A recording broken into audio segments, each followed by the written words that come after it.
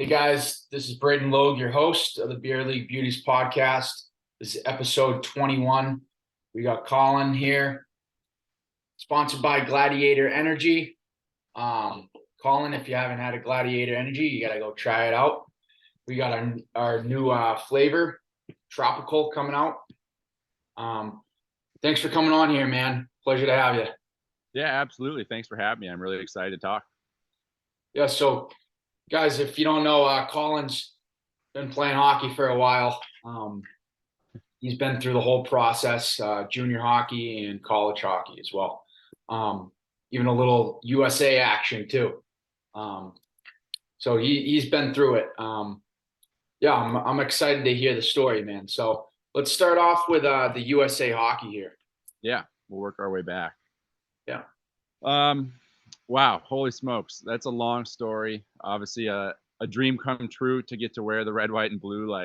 That's every kid's dream growing up. You see Miracle on Ice and you know you're going to put that jersey on someday. You just don't know how it's going to go. But yeah, so that process actually began when I was a freshman. Had a great year in the first year in the ACHA, and it was a lot of fun playing at Liberty, obviously. And end of that season was COVID, and that summer, or however it goes, was supposed to be that first team, whatever, USA, where they pull guys from college hockey. And I had won Rookie of the Year for the league, and it was the last like 20 guys who had won it or whatever were all on that team. So I was pretty excited, thinking, okay, I might get a crack at this.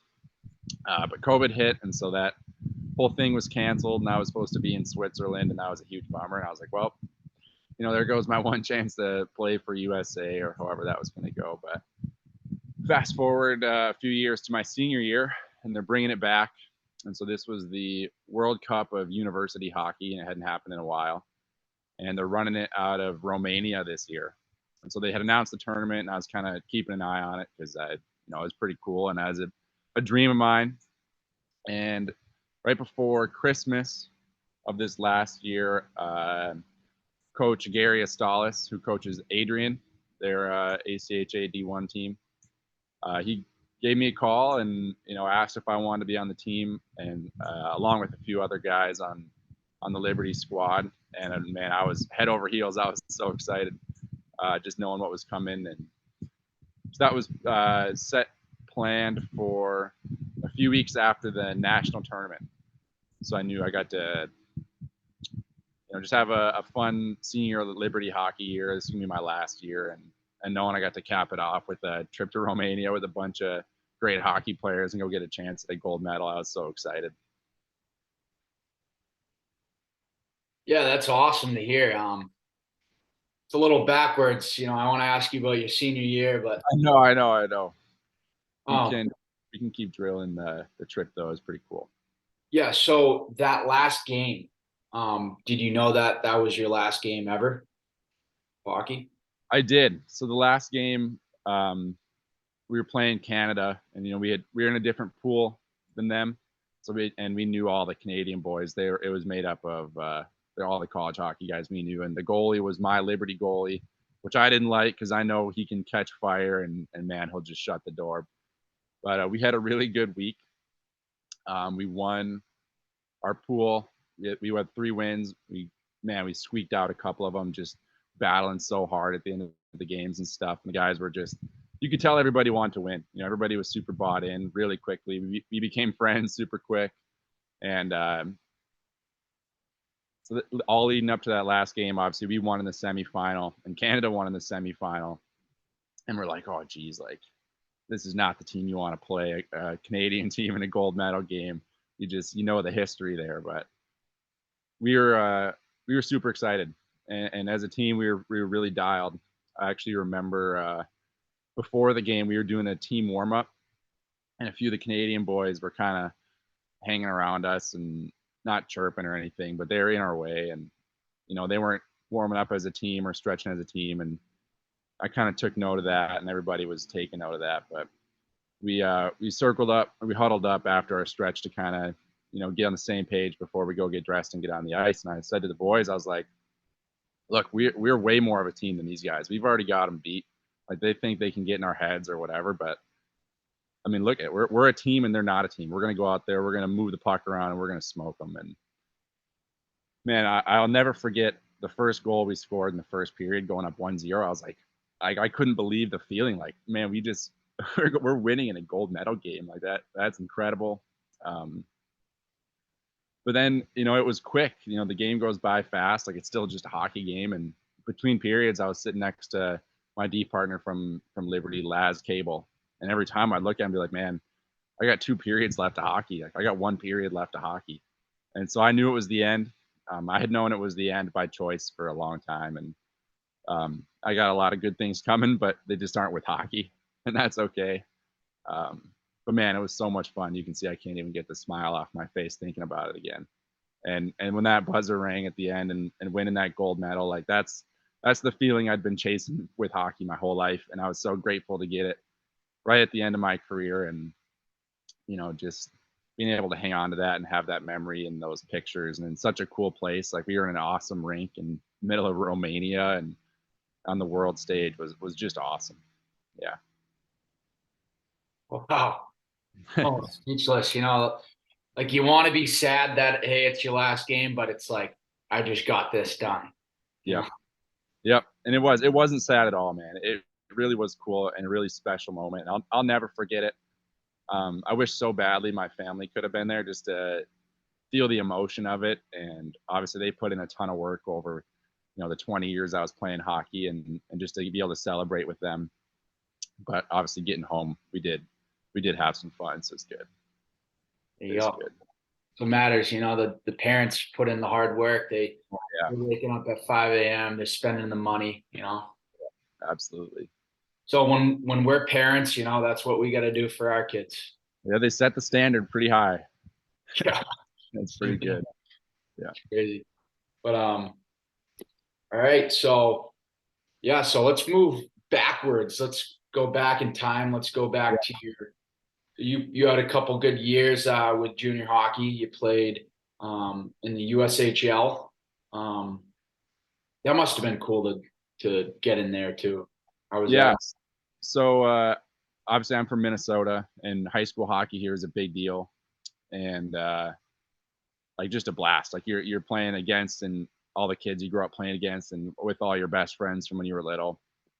But by the time we got to high school, the landscape was changing a little bit. A lot of kids are starting to leave for junior before their senior season, and you're trying to figure out comparably, like, okay, if that guy's going, like, should I be going? Like, how do I know what's best for me in my career, and why am I already thinking about my career when I'm 15 years old? Like, I'm just trying to have some fun, and but no. So I played high school all 4 years. I thought I would forego my senior year and play with Des Moines. Um, I had gotten drafted by them and had a good camp, and just the meeting I had with them, I thought it was heading toward a roster spot, but at the end they're like, we want you to, play your senior year, and we'll get you out here, maybe after the season, and so that's what happened, and I'm so grateful that's the way it played out because, God knew all along like what was best for me and what I needed in my life, and that was something I needed in my life, and that senior year was the most fun hockey year I had, and not just about the fun, but about the relationships and what some of that stuff going forward. But so after my senior season ended in March, let's say, I got to go. I left high school and went down and joined the Des Moines team for the rest of their season and their playoff run and through playoffs. And I only played in a couple games, but just to be on the ice with those guys, I mean, they're so like bigger, faster, stronger. Like those guys, you could tell they're vetted out, and just trying to have any impact I could was just really the goal, and learn a thing or two, and it helped a ton for the following year. It was gonna be my first full year at junior and going through that experience, and already having been there, I felt like I had a leg up on a lot of the guys, and it was just great. Like the USHL is so cool. Everybody's so good.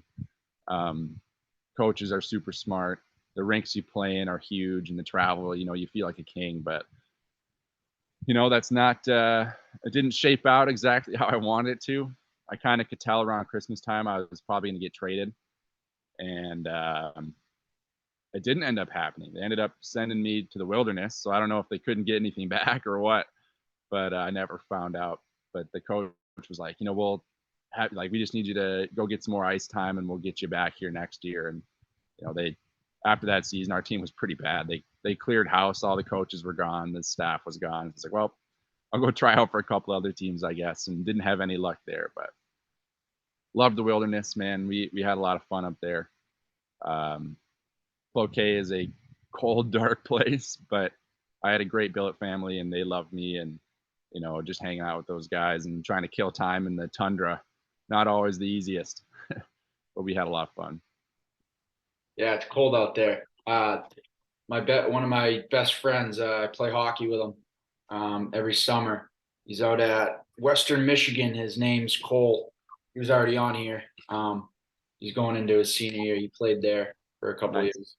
Yeah, it's dark and cold, and it's those drives to the rink in the morning, man. You're like, what am I doing?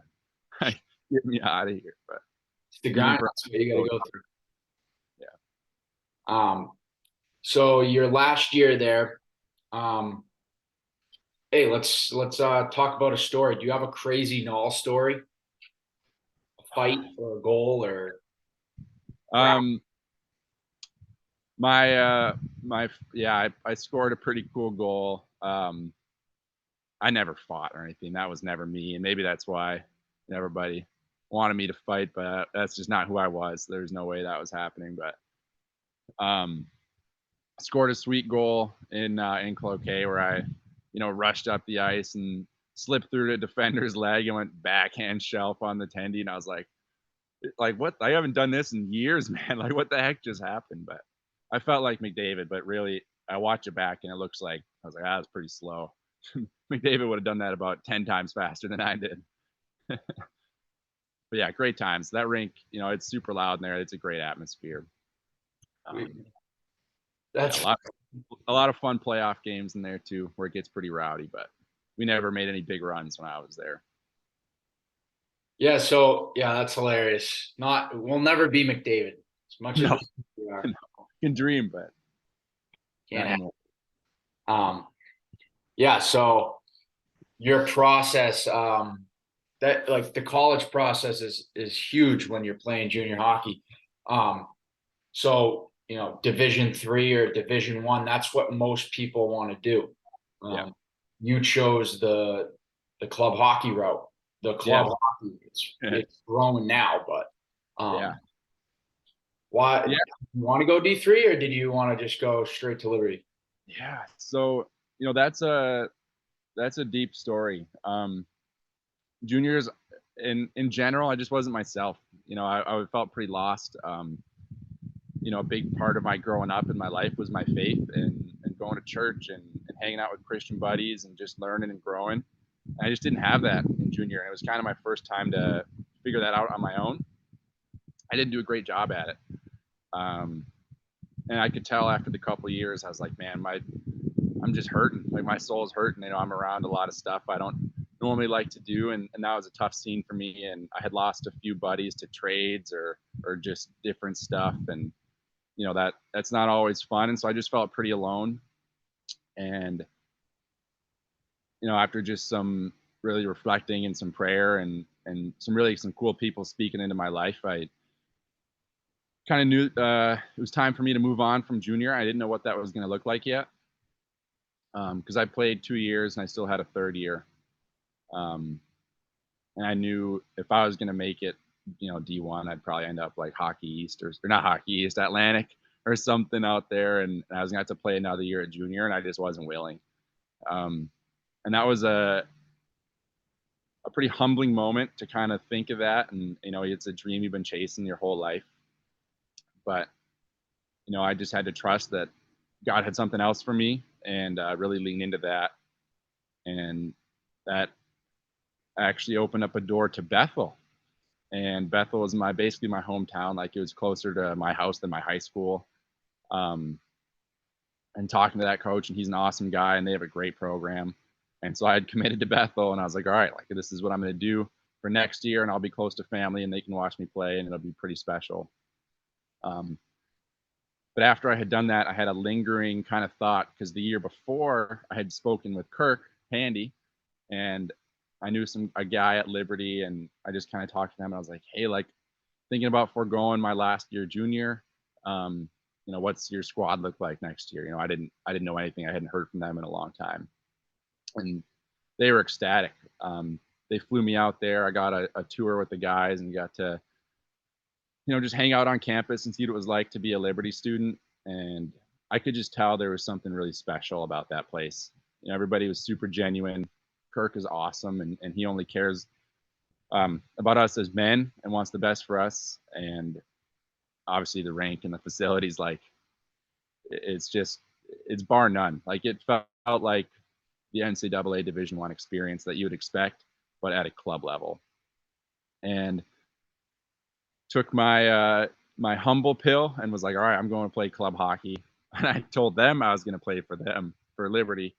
And so now I'm committed to 2 teams and had to work my way back with the Bethel coach and tell him I wasn't coming. And that was a little awkward, but life goes on, and I did not make a mistake. That is exactly where God wanted me to be. And man, it was so much fun. And I grew so much just as a man, and got to have a blast as a hockey player, and obviously getting to do that USA thing at the end of it all was pretty special. So Wow, that seems great journey. Great. it's a long story for a quick moment, but yeah. Worth it. Mm-hmm. So did you play at Bethel? I did not play. That was, a couple weeks apart that I actually had committed to both of them. Oh, So, wow. yeah. Wow. Yep. Never played at Bethel. Played 4 years at Liberty and loved every second of it. Yeah. It was awesome. Wow. All right. So let's start with your freshman year there. I know what it feels to do the humble pill. So it's tough letting go of that like dream. Like you're like, damn, I want to stay with Division III. I want to keep it going. But Yeah. sometimes like club hockey is the way to go. It's especially with Liberty. Like, geez, they got crazy facilities and it's nuts there. So for the hockey part, you walking in, your freshman year, how did they treat you? Like, what was the gear that you got? And can you take us through a tour of the facility when you got there? Yeah. Yeah. So a big theme that year, something had happened the year before, and I was coming into a super veteran squad. The guys had played together for 3 years, and they only had added 1 freshman the year before. And they were bringing in 3 more my year, so it was a really veteran squad. I knew it'd be a good team because they compete every year. I didn't know what to expect hockey wise. It's still club hockey. Like I was like, this, do they even practice every day? Like I have no idea. And sure enough, I mean, it's treated like a Division I program, and it felt that way from the beginning. Like showing up, and you've got all your equipment, like whatever you need, sticks, pants, gloves, helmets, skates, whatever pad, like you're fully taken care of. As far as like clothing and stuff, you're getting you're getting 3 to 5 t-shirts and shorts and pants and jackets, and it's just it's crazy. Like you see your stall set up, and you're just so excited to be repping Liberty in the backpack and going to class with the hockey backpack and stuff. You feel pretty cool. But yeah, like being a freshman there, you feel like you're on top of the world. Like you're the biggest man on campus. Everybody knows the hockey team at Liberty. So you also got some eyes on you. Got to be careful what you're up to. But yeah, and the facilities, like I'm sure you've seen pictures, but for anybody who hasn't or doesn't know what it is, like you got a 3,500 seat arena, and it's packed every single night, and the students are loud, and they're booing the other team out of the rink. And obviously we played some pretty good hockey teams the last couple of years, but it didn't always used to be that way. So we used to win by 7 or 8 goals if we were having an on night. And kids would be chanting at the goalie and just letting them have it. But, you got the big Jumbotron, they're announcing the starting lineup and stuff. And, you score a goal or get an assist and you're checking, making sure they got your number. So they play your little, put your name up on the Jumbotron or whatever, announcing it and stuff. So good times, just being a freshman and feeling like you're on top of the world. It's the greatest place for that.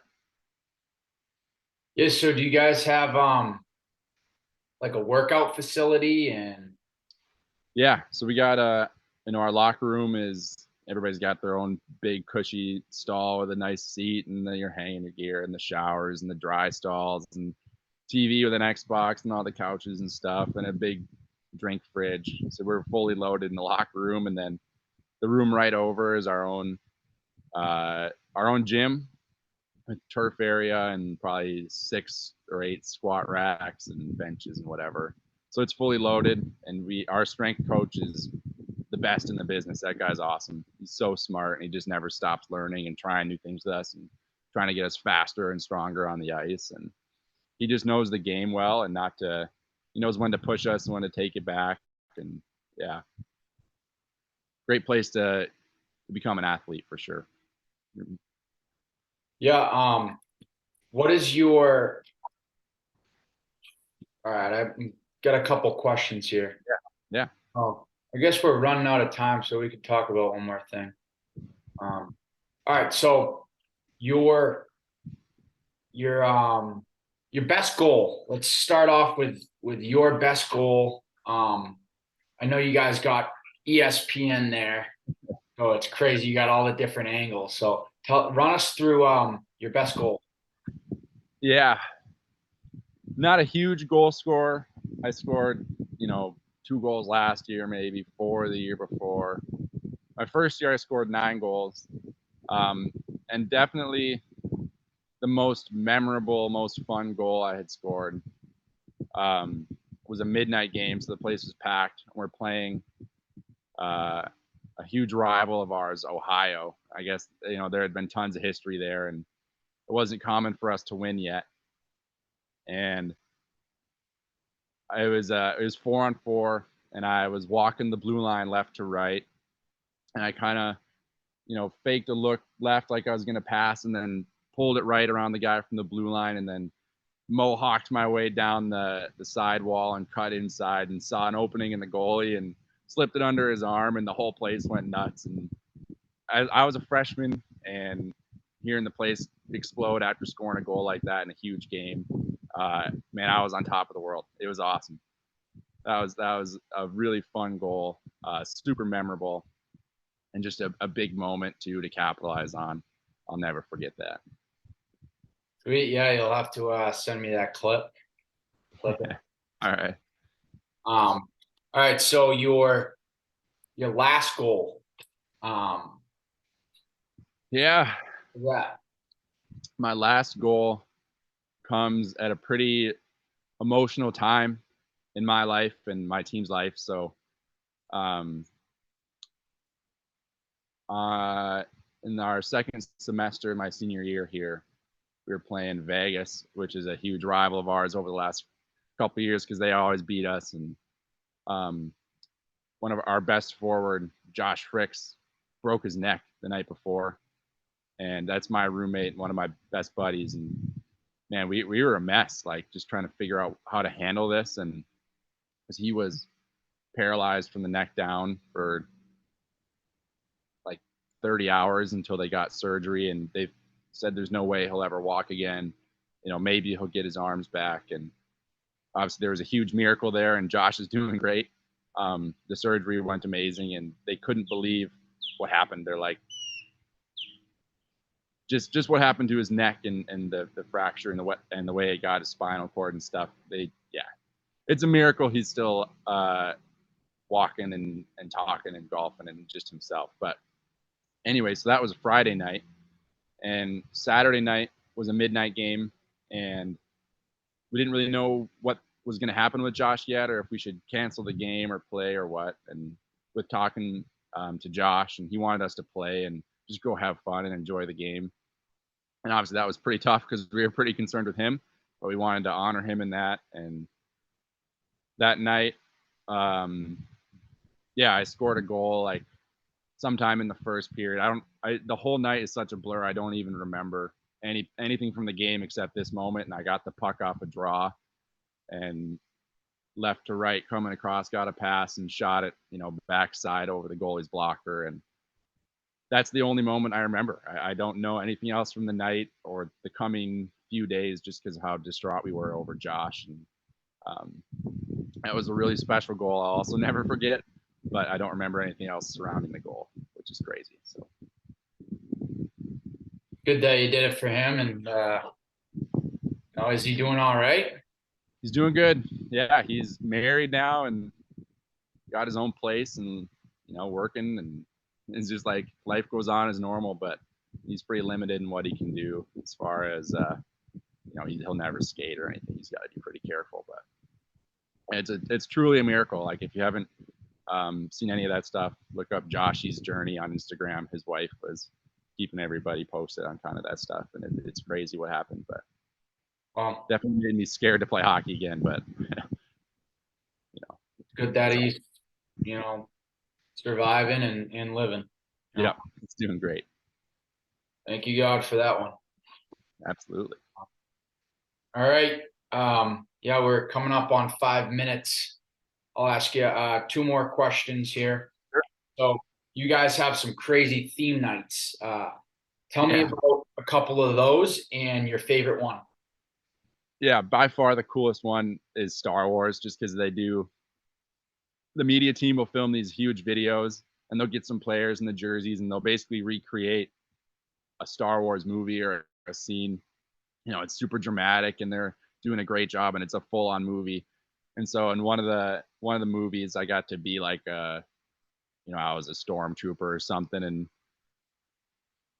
I was in like, I don't even know how it worked, but I was in a fist fight with the Mandalorian, and just like filming that action was so funny. And obviously that plays into the night of, they got all the Star Wars characters running around and everybody loves Star Wars night. So that's pretty cool. Love Star Wars. Yeah, we did a ton of cool things. Midnight, we'd always do blackout stuff, which was super cool. Hawaiian night we've done. Yeah, and those nights, everybody just loves supporting and coming out and seeing what crazy jersey we got on. It's pretty cool. Yeah, it's awesome to see on Instagram. And so my last question is, how does Liberty connect you with God? And did Kirk, is it Kirk? Yeah. Would Kirk push you to Christ? Yeah. So a lot of guys coming in are already believers.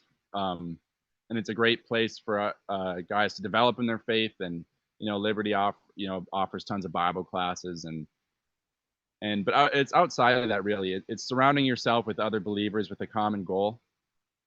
Just pushing you to grow deeper and grow your relationship. And we all know that that's what really matters.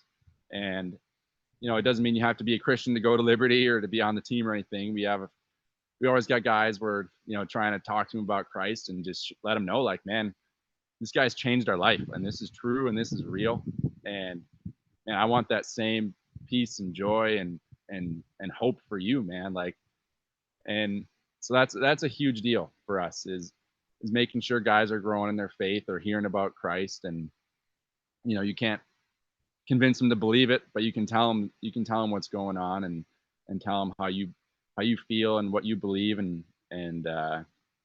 man, we saw some pretty cool stuff over my 4 years, and I'll miss that environment and the space it creates. But it's really pushed me and encouraged me as I go out into my own life and my own journey and what I'm going to find and who I'm going to meet, just to, man, share the love of Christ and how he's changed my life and the hope I have in him. And I know there's a lot of guys leaving Liberty who can say the same thing. And he's changed my life. Yeah, that's awesome. I went from a non-believer in God, and someone like you, told me about who Christ was. So it'll change your life telling someone about Christ. That's super encouraging to hear. Everybody needs to hear those stories. That's really cool. Well, yeah, we're coming down to a minute, man. I could keep talking to you all day. It's awesome to hear your journey. But Yeah, it's been a pleasure, dude. I appreciate it. It's fun to relive the glory days. This is a great way to do it. sure. Well, I wish you luck in whatever you do, and we'll probably catch up soon and Absolutely. up in a year or whatever, and see how you do. Kentucky boys are doing. I'll be following along. Yeah, follow along. We got first game September 15th. So, All right, let's go. all right, man. Thanks a lot for having me on here. Absolutely. All right, Take care. brother. We'll see you.